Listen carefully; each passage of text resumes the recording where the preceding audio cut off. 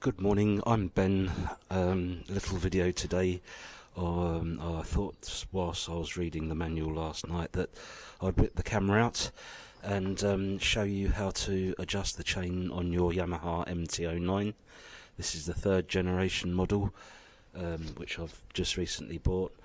Now the manual says that the correct slack on the chain is between 36 and 41 mil. So I've got a set of calipers here. I'll just give that a quick measurement. Just hope I can do it without getting my head in the way.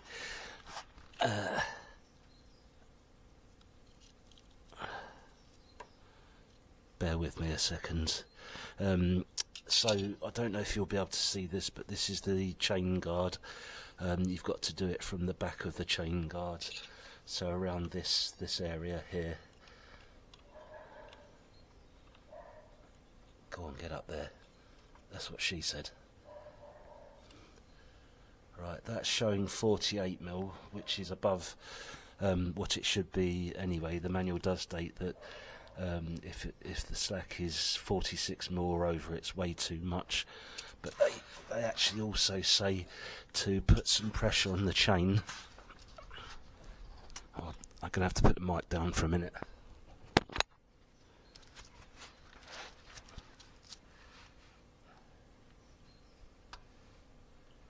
Damn.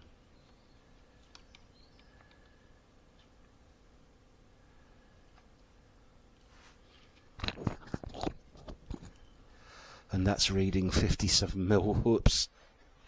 Now that I've done 450 miles nearly, yes, what that shows me is that I'm going to have to keep an eye on the chain more and perform a check probably at around 300 miles rather than 450. So next up, we're going to give it a clean. What I've got is my this is an IPA based degreaser, much in the same way as gunk or sort of brake cleaner, that kind of stuff. I have one of these brushes which are very good. They're a couple of quid off of eBay, or £15 if you go to Halfords or something, but they are really good at getting in and getting the chain nice and clean. And a couple of oily rags just to wipe it dry. Although this stuff, the good thing about it is that it dries of its own accord very quickly. So anyway, I'm going to put you down for a minute, and then I'm just going to put, excuse my neighbour, going to put you down for a minute and then just give the chain a clean.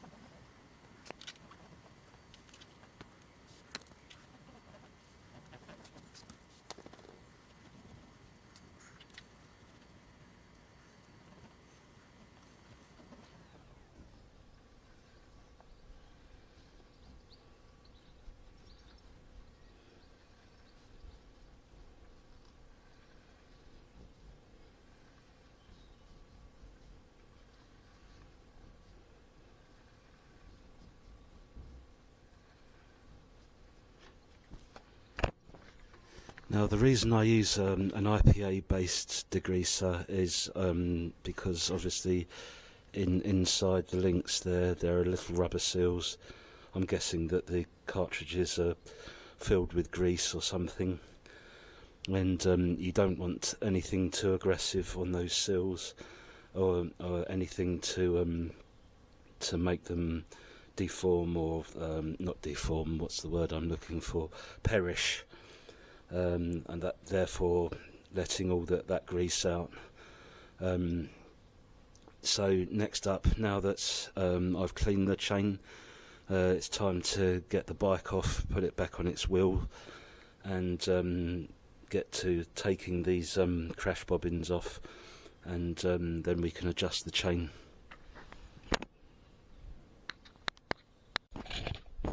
Right, as you can see, I've removed the crash bobbins, and I've just realised actually that the MT09 has got provision for paddock stand bobbins. I didn't even think to check, so that was a bit of a waste of money really. I'll have to get some of those, as it's much easier than taking those bobbins off all the time. Anyway, this is 32mm, this nut, and I just got to crack this one off. Crack one off? Ooh, misses. God, blimey.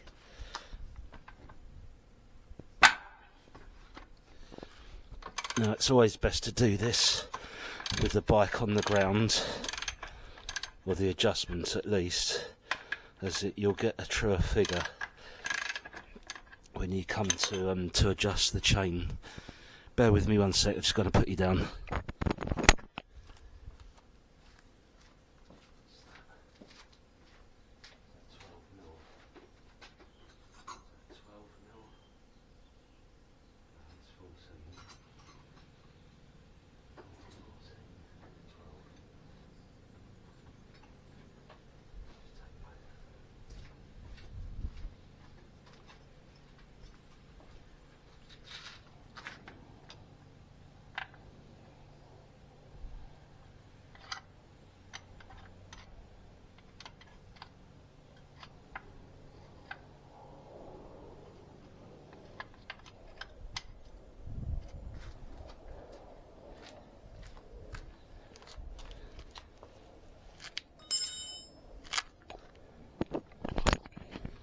Right, the nut's 12mm. You just have to undo this locking one here, and then this.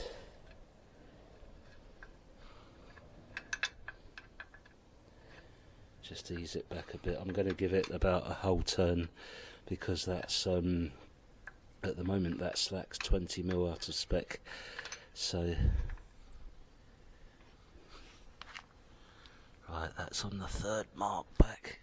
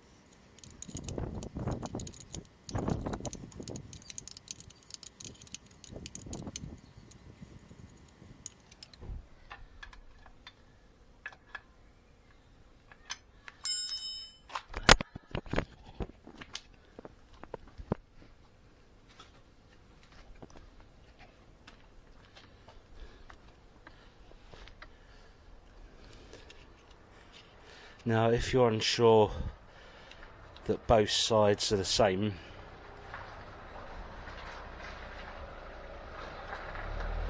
it's quite simple to check. Excuse another neighbour pulling in there.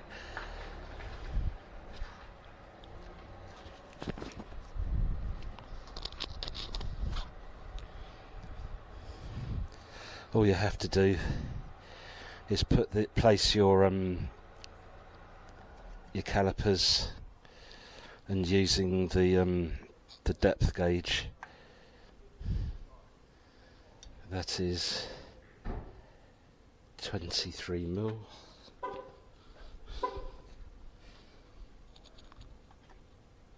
No, that side is different. That side is 21. So this side needs to come out more. So just undo the locking nut again.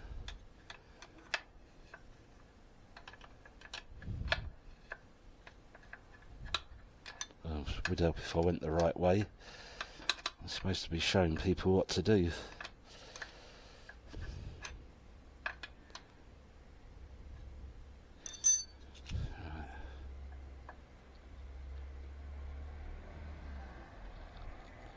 Still got a hell of a way yet.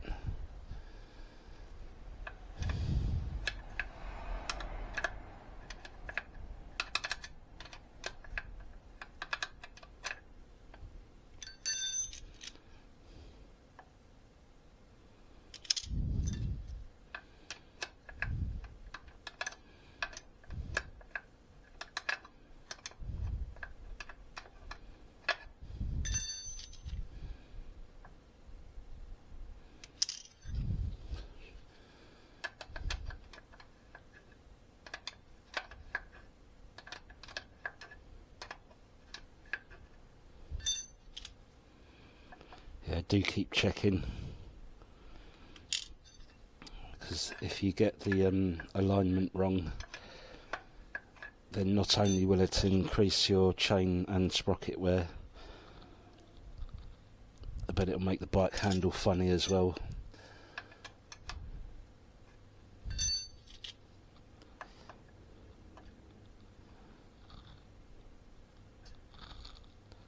I would say that's pretty much there.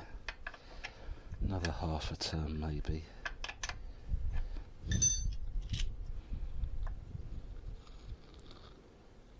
Yep, that's there. Lovely. Don't forget to do your locking nuts up.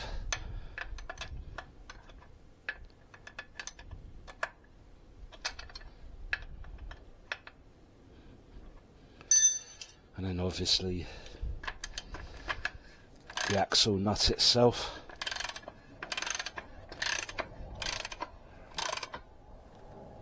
Now you will need a torque wrench for this job, which I just so happen to have.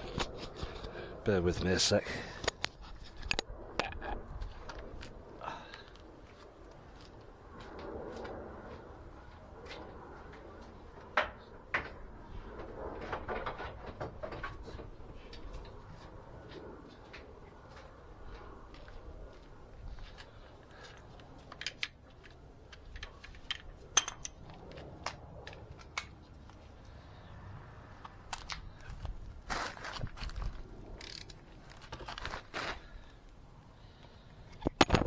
Now the manual states that the axle nut should be torqued to 105 Nm. So if you don't have a torque wrench, you may have to pay someone to do this for you.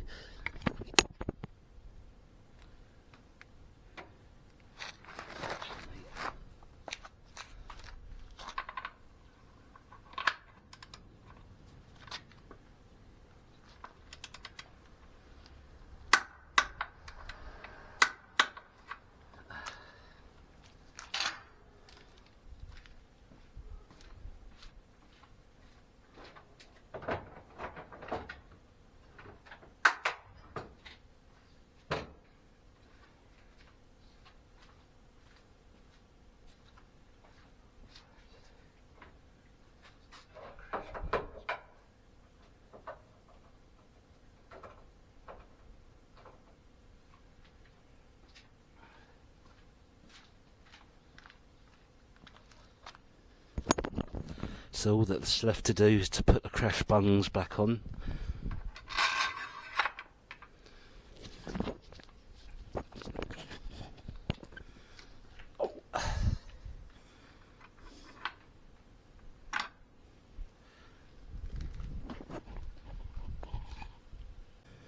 Sorry for the weird cut. The rain moved in and everything started getting wet. So anyway, off camera, I have now fitted the crash bungs again.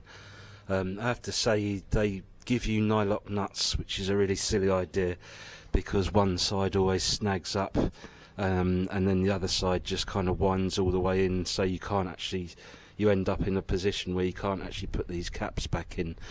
If you ever do buy a pair of these, I would chuck the nylock nuts away and just use regular standard nuts with washers, or a dome type of nut. Anyway, so now that's all done and the bike's back on the paddock stand, it's time to re-oil the chain. And as you see here, I've got my little oil can. Now what's in here is EP8090 gear oil, which is what the chain manufacturers recommend that you use. It can make a mess if you let it, but usually what I do is one of the reasons for using that oil can is so that this little nozzle gets right into the links and everything and gives them a good coat of oil. So I shall do that now.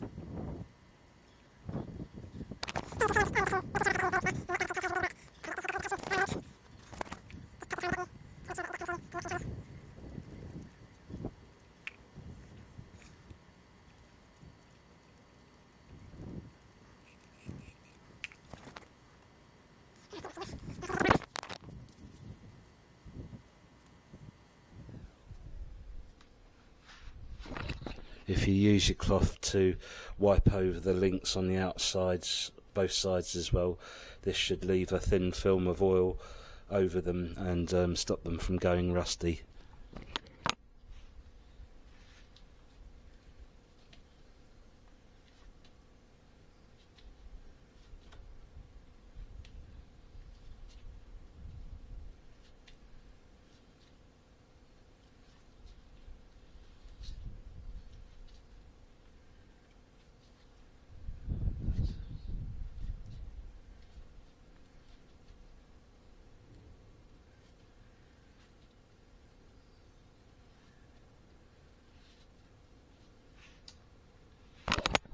And that's it, all clean, lubricated and adjusted, ready for another 300 miles or so. Obviously if you do get a bit of oil on your tyre or anything, remove it immediately. But anyway, I hope that's of some use, and thanks very much for watching. Don't forget to comment, like, subscribe. Take care. Thanks.